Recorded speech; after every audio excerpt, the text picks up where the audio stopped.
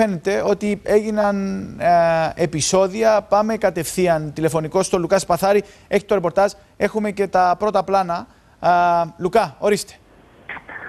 Καλησπέρα, Χρυσάφτε, κυρίες και κύριοι. Από τη Λεμεσό, επεισόδια σημειώθηκαν στο πολιτιστικό κέντρο πάνω στη Σολομονίδη στη Λεμεσό σε εκδήλωση με θέμα προοπτικές επίλυσης του Κυπριακού και επανένωσης της Κύπρου, στην οποία ο μιλητής ήταν ο Τουρκοκύπριος, ο πρώην Τουρκοκύπριος ηγέτης Μεχμέτ Αλί Τσαλάτ.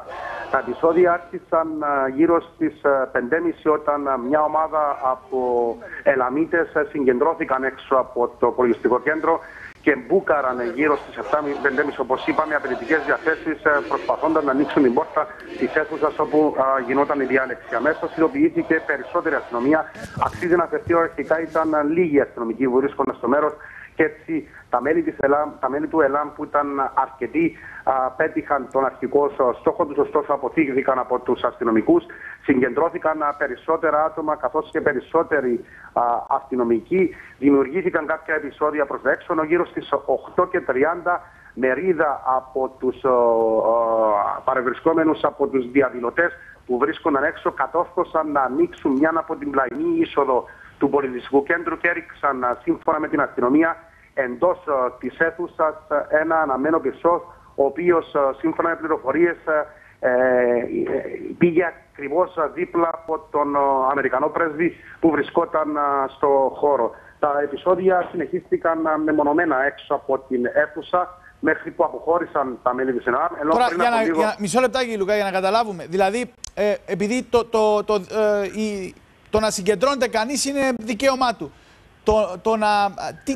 Ποια είναι το θέλω της συγκεκριμένης εκδήλωσης, ποιο είναι? Ποια είναι η απέτηση δηλαδή εκεί των διαδηλωτών, των συγκεντρωμένων? Να λιτσάρουν τον κύριο Ταλάτ, αυτό είναι?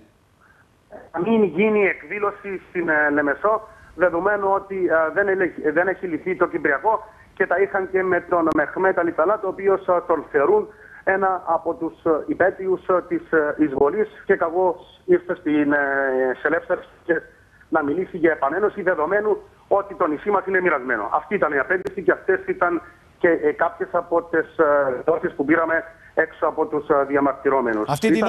Αυτή την ώρα επικρατεί η ηρεμία ή εξακολουθεί να υπάρχει ένταση? Πριν από λίγα λεπτά, πριν από περίπου μισή ώρα, είχαν αποχωρήσει τα μέλη του ΕΛΑΜ, αφού είπαν τον εθνικό ύμνο, ενώ αξίζει να αναφερθεί ότι έγιναν πριν από λίγο και συλλήψεις μετά που άρχισαν να υβρίζουν κάποιοι εξ αυτών. Μάλιστα. Ευχαριστώ πολύ, Λουκά Σπαθάρη. Θα μείνω για λίγο.